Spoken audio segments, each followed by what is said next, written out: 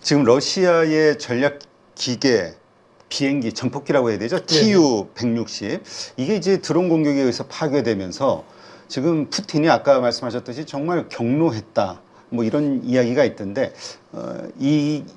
이것이 가지는 의미가 좀 큰 건가요?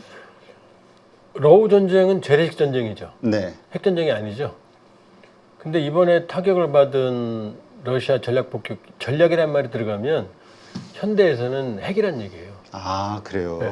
자, 전략 폭격에 대해서 먼저 말씀드릴게요.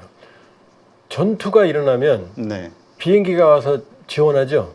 이건 전술 폭격이에요. 네. 그러니까 내가 싸우는데 적 기지를 때리니까 요 전투 상황이 이겼다고 전쟁이 끝나는 건 아니죠. 전략 폭격은 뭐냐면 전쟁의 판도를 바꾸는 폭격이에요. 네. 이게 처음 나타난 개념이 2차 세계대전이거든요. 2차 세계대전 때 독일하고 공격을 하잖아요. 네. 예를 들면 유럽 전체를 점령한 히틀러가 남은 건 영국이잖아요. 그렇죠. 선만 건너면 되잖아요. 근데 그 바다를 못 건너거든요. 정말 여기서 여러 번 말씀드렸지만 조민미 선생님의 바다가 육지라면 그 짧은 도보에 몇십 킬로를 못 건너거든요. 그러니까 히틀러가 생각한 게 막강한 독일의 공군력으로 막강했거든요. 영국 런던이나 이 주요 도시를 산업시설을 무제한 폭격을 하는 거예요. 네.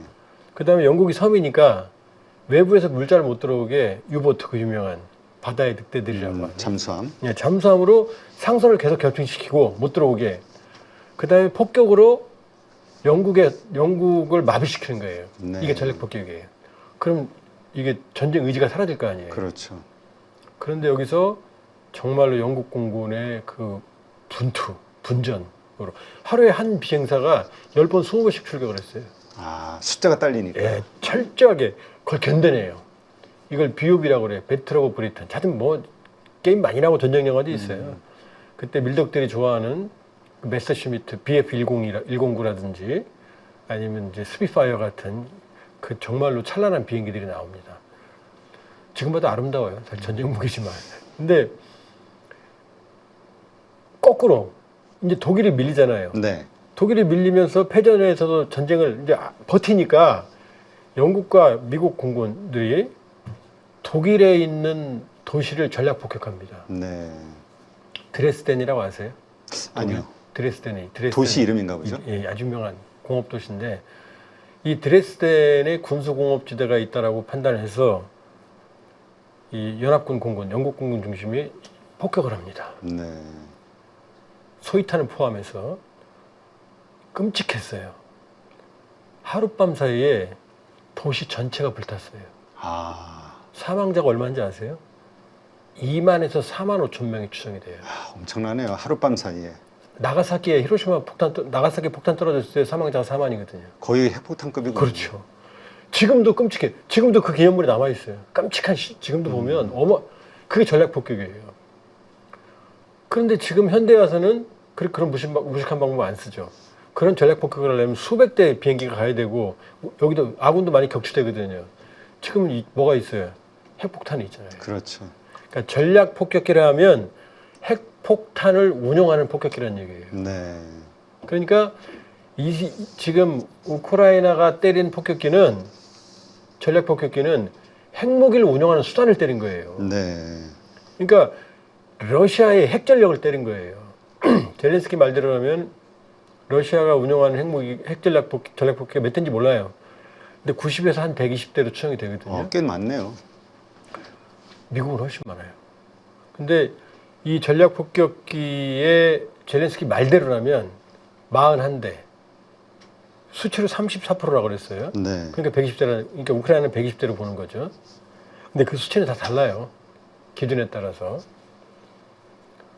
그렇다면 젤렌스키 말이 맞다면 러시아의 전략 폭격기 능력의 3분의 1이 사라진 거예요. 아, 이거 엄청난 타격이군요. 그렇죠. 그러면 이게 우크라이나 전쟁에 영향이 있는 게 아니고 전략 폭격기는 적의 핵 공격을 억제하는 수단이에요. 네. 그러니까 지금 우크라이나가 핵 전쟁이 아니잖아요. 그럼 이 3분의 1이 살았다는 얘기는 중국에 대한 전략 핵 억제 능력, 미국에 대한 전략핵 억제 능력이 3분의 1이 사라졌다는 얘기예요. 공군력에서. 그렇군요. 그럼 푸틴이 어떻게 했어요 지금? 황당하죠. 황당하겠네. 예, 그러니까 이 뉴클리어 트라이어드라고 그래서 핵 삼축 체계라고 그럽니다. 하나는 육상 기반의 ICBM. 네. 육상에 이렇게 땅 속에 들어있어요. 이 사일로에. 이거 못 움직이잖아요. 그렇죠. 그러니까 상대방이 서로 어딘지 다 알아요. 그러니까 여기서 사일로에서 핵무기, 핵미사일이 발사되면 하늘에 떠 있는 인공위성이 금방 알아요. 그래서 이쪽에 연락해요. 야, 저쪽에서 핵무기 날라온다. 그럼 얘가 대륙관을 넘어가니까 시간이 꽤 걸리겠죠. 그렇죠. 30분, 1시간 걸립니다. 아무리 빨라도. 그럼 이쪽에 있는 핵무기도 어차피 지상에 있으면 다 죽으니까 얘네들이 와서 다 죽일 거 아니에요. 얘네들도 동시에 다 올라와요. 네. 그러니까 지상 기반에 있는 핵무기는 전쟁이 터지는 순간 모두 하늘로 올라간다고 생각하면 돼요. 그럼 1차 공격에 의해서 지상 기반의 핵무기 능력은 모두 사라진다고 봐야죠. 네, 그렇군요. 그럼 이 다음에 능력이 있는 사람이 이기는 거예요. 그게 2차 보복 능력이에요. 아, 그럼 어디? 물속에. 잠수함. 물속에 핵추진 잠수함. 핵추진 잠수함은 핵 분열이니까 물에 안 나오거든요. 2달은 안 나올 수 있어요. 그럼 어디가 있는지 아무도 몰라요. 그렇죠. 미국 대통령도 몰라요. 왜냐? 연락할 때만 살짝 올라왔다 쑥 들어가거든요. 네. 그러니까 얘는 지상의 모든 게 다 죽어도 얘는 끝까지 살아남죠. 이게 2차 보복 능력이거든요. 하늘에도 있어요. 하늘에 떠 있으면 움직이니까 못 잡잖아요. 그렇죠. 여기 핵무기가 실려 있는 거죠. 이게 전략 핵폭격기예요. 네. 전략 폭격기예요. 이걸 3분의 1을 내놨다는 얘기예요. 아, 그러니까 그 안에 핵무기가 있는 건 아니지만 관계없죠. 예. 수단이 사라졌으니까 그렇죠. 발사할 수 있는. 그러면 우크라이나는 왜 오버했느냐? 왜 오버했느냐? 핵무기 삼총사, 전략 폭격의 삼총사가 러시아에도 있고 미국에도 있어요. 네. 그리고 삼총사가 쌍둥이처럼 비슷해요. 미국은 B-52H 한반도에 이렇게 전개되는 거 있죠? 이게 네. 이거예요, 괌에서. 얘는 1950년대 전후 말에 개발돼서 지금도 써요. 그러니까 할아버지, 아버지, 손자가 같이 타는 비행기예요. 네. 그 다음에 B-1B, 죽음의 백조라고 하는 초음속 전략 폭격기. 그 다음에 B-2 스프릿이라고 하는 스텔스 전략, 이건 한 대 2조 원이에요. 아, 엄청나네. 수십 년 전에, 20년 전에 가격으로 2조 원이에요. 지금 훨씬 한 대예요, 한 대. 한 대. 그때 달러가 지금처럼 1,400원 아닐 때예요. 그러니까 지금 가격으로 치면 엄청나겠네. 3조 내지 4조 되는 거죠. 전략 폭격이 얼마나 비싼지 아시겠죠? 자, 러시아도 마찬가지예요. 삼총사가 있어요. 투볼레프 95. 얘도 90년대 말에 개발됐거든요. 근데 무려 항속거리가 15,000km예요. 대륙을 횡단하고 또 돌아갈 수도 있어요. 그 다음에 TU-22M. 요것도 뭐 오래됐어요. 그 다음에 TU-160. 이게 비연비예요. 죽음의 백조 그러는데 비연비가 아니고 원래 얘가 죽음의 백조예요. 최신, 가장 최신. 가장 최신이에요. 그나마. 얘도 몇십 년 됐어요. 전략 폭격기는 개발하는데 너무나 많은 시간이 들고 비용이 많이 들기 때문에 미국 B-2 스피릿도 벌써 한 20년 넘어가요. 네. 그러니까 이렇게 갖고 있거든요. 근데 얘네들이 3분의 1을 박살냈다는 거예요. 야, 엄청난 타격이네요. 푸틴 입장에서. 다 전소된 건 아니에요.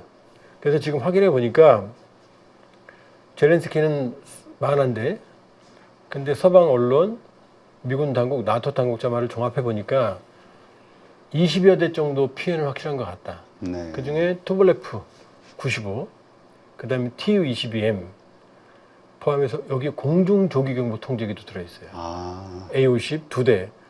A-50 공중조기경보 통제기는 러시아가 7대밖에 없거든요. 두 대가 피해를 봤다는 거예요. 그러니까 어마어마한 타격을 받은 거죠. 그래서 그러네. 젤렌스키가 약 10조, 70억 달러 정도 손해다 그랬는데 이것들은 생산할 수 있는 라인이 지금 없어요. 러시아도. 러시아가 없어요. 그러니까 푸틴 마음속에서는 마음속에 대한 충격은 700억 달러 내지는 7천억 달러일 거예요. 그러면 왜 러시아의 핵 능력을 건드렸느냐? 우크라이나는 할 말이 있어요. 왜냐? 이 비행기들이 핵을 안 실었지만 멀리서 와서 장거리 순항 미사일로 우크라이나를 때렸거든요. 네. 그러니까 니네들 맛 좀 봐라고 때린 거죠.